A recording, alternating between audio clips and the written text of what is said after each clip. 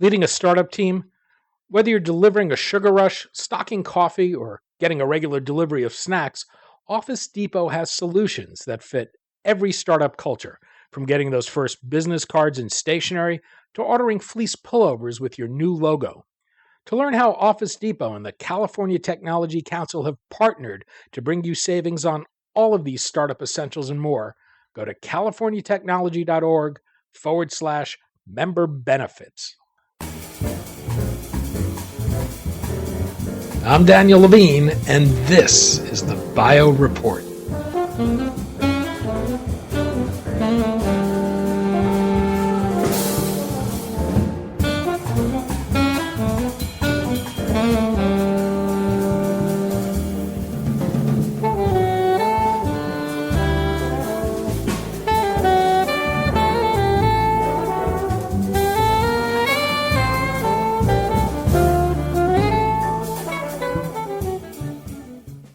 Bellicum Pharmaceuticals is developing cellular immunotherapies that modulate T-cell function through controllable molecular switches. The company is developing these immunotherapies to treat a range of cancers as well as rare inherited blood disorders. The company believes the ability to modulate these cells once they're in the body will provide safer and more effective immunotherapies. We spoke to Rick Fair, CEO of Bellicum, about the company's approach, how its molecular switches work, and its current therapeutic pipeline.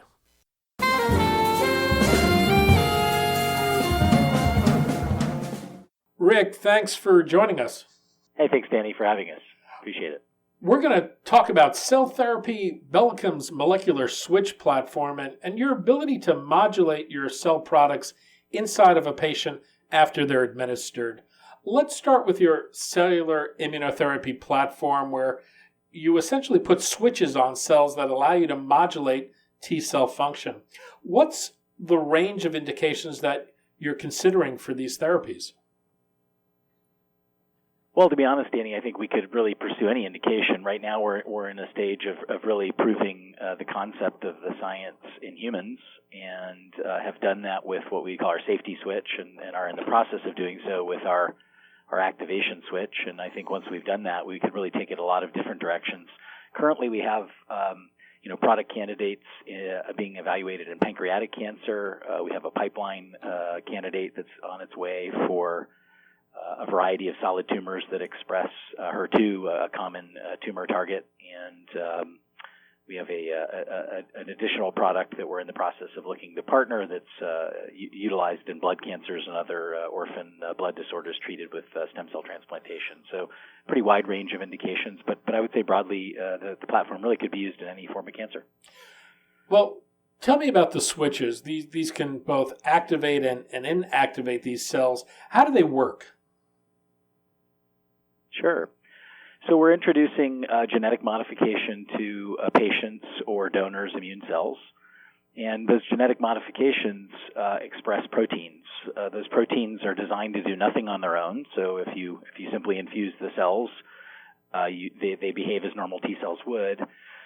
But when those proteins are dimerized, or basically connected by a small molecule proprietary to us called remidicid, these proteins create signal, and they're activating signaling pathways within the cell to sort of execute our program, if you will.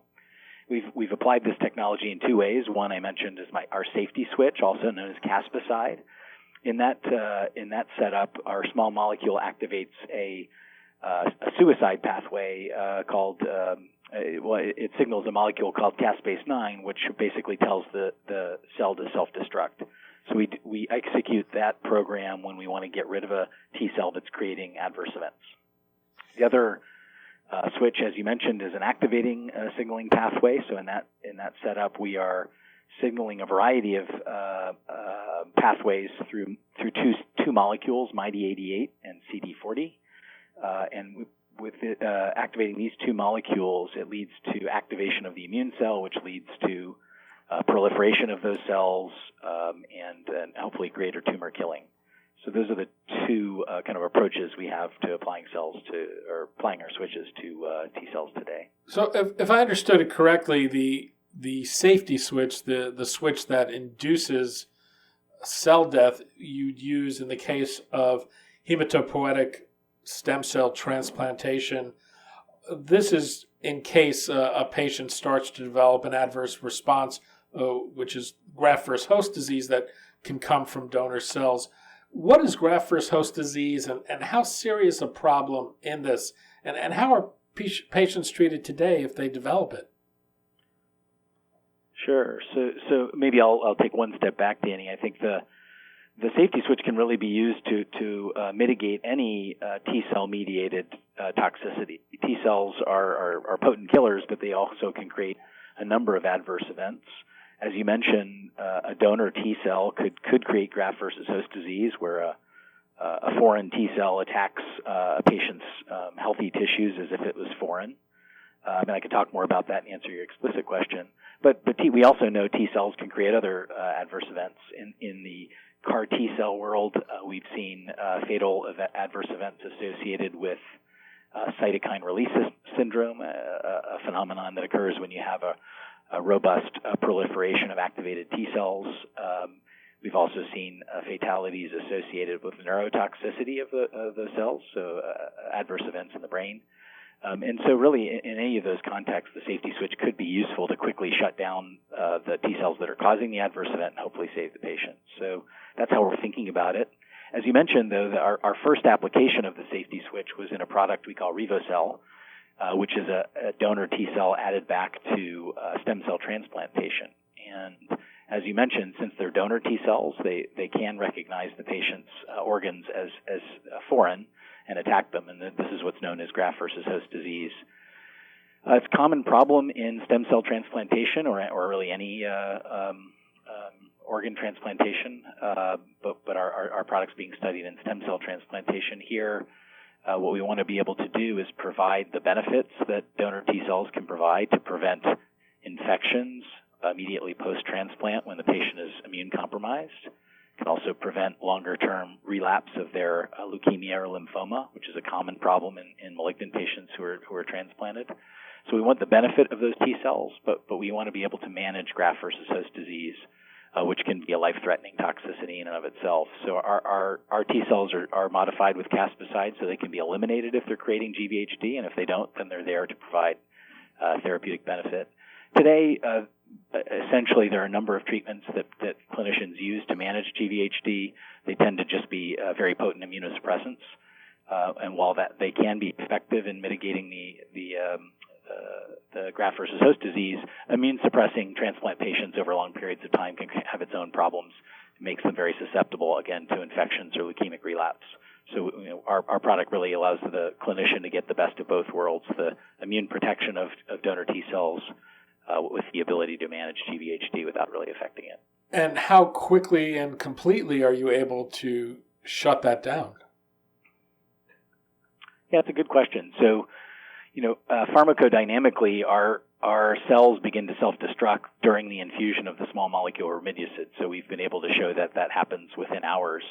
Clinically, what we've seen in the RevoCell clinical trial is, resolution of, I shouldn't say resolution, I'd say overall response of GVHD in 70% of patients who received remidesivir, and that the median time to response was 1 day. So these are patients who, most patients who received remidesivir in our clinical trial had benefit. Their GVHD either became lower grade or was completely alleviated. And it happened quickly, typically in the first day, once receiving a small molecule. In the case of CAR T cell therapies, are you putting both activation and shutdown switches on them? Yeah, so that's our current plan moving forward. In our first generation CAR T cell, our first CAR T program is BPX601, targeting an antigen known as prostate stem cell antigen, expressed in GI and GU tumors primarily. BPX601, we hadn't yet engineered both switches into the same cell. So BPX601 only has the activation switch. Starting with our next product candidate, BPX603, which I mentioned earlier, targeting HER2, and beyond, our CAR T cells will have both an activation and a safety switch. We sometimes use a car metaphor to explain these things, and you can think of the activation switch as the gas pedal or the accelerator, and the safety switch as the brake. clearly, even if you only have a gas pedal in the cell, you can slow down by taking your foot off the accelerator. But if you really need to stop quickly in an acute situation, you want to have the brake pedal there too, and that's why we've engineered a cell that has both. What exactly happens when you activate a cell? Yeah, good question. So essentially, the way that immune cells work is that when they are activated by an antigen, by encountering antigen, they proliferate. So you create an army of those T cells, and they kill the cells expressing that antigen. And in the case of a cancer therapy like a CAR T cell, what you're looking for is a cancer antigen being expressed on a tumor. Once the T cell finds that tumor antigen and proliferates, you create an army of T cells that hopefully wipe out that tumor. That's the intent. What our activation switch essentially does is it gives an additional boost. By giving it a second signal, which tells it to activate and proliferate, we can create more T cells, and we can cause them to re-expand over time so that they hang around longer, so that we can get a more comprehensive kill of the tumor. Your lead candidate, BPX-501, is in clinical trials for pediatric blood cancers and inherited blood disorders. This is an allogenic hematopoietic stem cell therapy.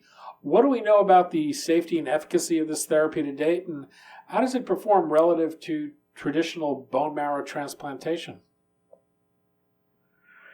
Sure. So we're now calling BPX-501 Revocell, which is short for the generic name Revogenliclusal, a mouthful, so Revocell it is. We're adding this back. It's a donor T cell added back to a partially matched or half-matched stem cell transplant. Stem cell transplant has historically been based on matching of human leukocyte antigen. HLA is the way that your immune system determines self versus other, and when transplanting patients, we know from decades of experience that the better the HLA match, the better the outcomes. The more likely that you won't see lethal levels of graft versus host disease. You'll get better engraftment and hopefully replace the bone marrow and ultimately the immune system of the patient in a way that's curative. So in the patients who don't have an HLA matched donor, which can be as many as, say 30% of transplant patients, that HLA mismatch can create lots of GVHD, which creates complications. Again, as I described earlier, if you see GVHD, the way to manage it is by immune suppressing the patients, and by immune suppressing the patients, you make them susceptible to infections or malignant relapse. So our T cells are intended to address that T cell trade-off. We can give them donor T cells, provide immune protection in a mismatched transplant, and make the outcome better. What we've seen in our clinical trial in pediatric patients, a trial known as BP004, is that we've been able to make a mismatched or half-matched transplant as good as or maybe better than a patient with an HLA matched donor. So we have a comparative trial that we use as a comparative data set, and we demonstrated in the results of that phase 2 study non-inferiority to that comparative data set. And so we know that we've made a mismatched transplant, which historically have had much worse outcomes, as good as a matched transplant, which is really clinically meaningful and important for again, those 30% or so of patients who don't have an HLA matched donor. And what's the path forward? If all goes well, when might you be able to file for a regulatory approval? Sure. So we're currently planning a regulatory filing in Europe. The European health authorities have indicated that the BP004 trial, which was a single-arm phase 1-2 study, would be adequate as a basis for registration. So we're in the process of preparing that filing. In parallel with that, we're looking for a commercial partner who would take on the commercialization of the product in Europe, and then the further development of that product for new indications and for launch in other markets. In the U.S., the FDA expressed an interest in seeing a randomized controlled trial for basis for registration. So we initiated a trial in adult and adolescent patients with AML or MDS. In that trial, we've initiated, and we'll look to hand off to a partner as we identify them. You're also in clinical development of BPX-601 for pancreatic, gastric, and prostate cancers. Is this being developed as a single agent, and what do you know about its safety and efficacy to date? Sure. So initially it's being developed as a single agent.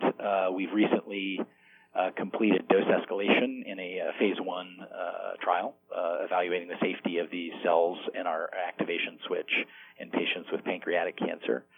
We have one more step really in the safety evaluation, which is to evaluate the safety of cells followed by scheduled weekly dosing of our small molecule remidesivir. To date in our study, we've only activated these cells once, just to evaluate the safety of that at higher and higher cell doses. We now want to use the system as we've designed it, which is to reactivate these cells on an ongoing basis to drive greater levels of efficacy. So we're in the process of enrolling a cohort of patients to evaluate the safety of that regimen. And if we clear that safety hurdle, then we'll move into an expansion phase where we'll look for efficacy signal, as you mentioned, in pancreatic, prostate, and gastric cancers, all of which express PSCA in a majority of patients. What we know so far from the dose escalation experience is that the product is safe in pancreatic cancer patients up to the highest dose we've explored at 5 million cells per kilogram. We also know that we can activate those cells with our IMC activation switch with a single dose of remidesivir. We see markers of T-cell expansion in the circulation of these patients, and we see cytokines that would indicate that the T-cells have been activated so that we know our technology is working. And now we're really looking to, again, clear this last safety hurdle and then look for activity. The tumor microenvironment is dynamic. One issue with CAR T therapies is that tumors can become resistant to them. Does the ability to modulate these cells in any way counter the ability of cancers to grow resistant? Yeah, we think so. So one of the challenges, particularly in solid tumors, well, you mentioned one of them, which is the tumor microenvironment. The tumor throws lots of defenses at immune cells and shuts them down or exhausts them. What we've shown with our IMC activation switch is that we're able to reactivate these cells and cause them to be resistant to the immune checkpoints and suppressive factors that they might find in the immune tumor microenvironment. So checkpoints like PD-1, suppressive factors like TGF-beta, we've shown in our preclinical work that our CAR T cells with IMC signaling are resistant to those checkpoints. So they should remain active in the tumor microenvironment where current generation of CAR T therapies aren't. So that's certainly one way that we think we address this problem of resistance. The other problem of resistance in solid tumors has to do with the tumor target antigens themselves. Solid tumors rarely express proteins at high levels that aren't expressed somewhere else in the body, and when they do, they can express them heterogeneously.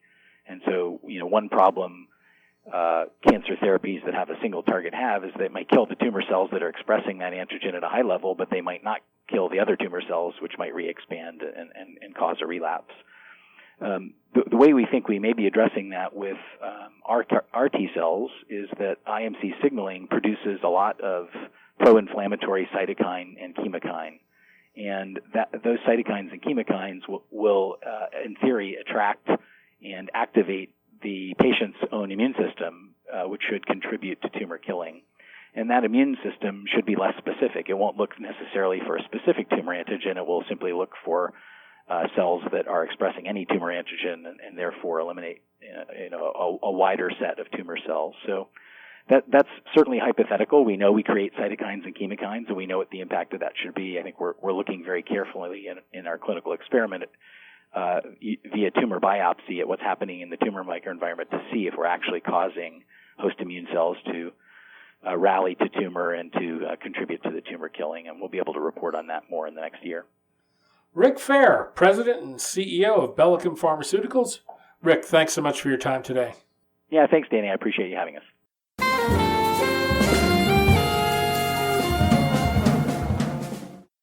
Thanks for listening.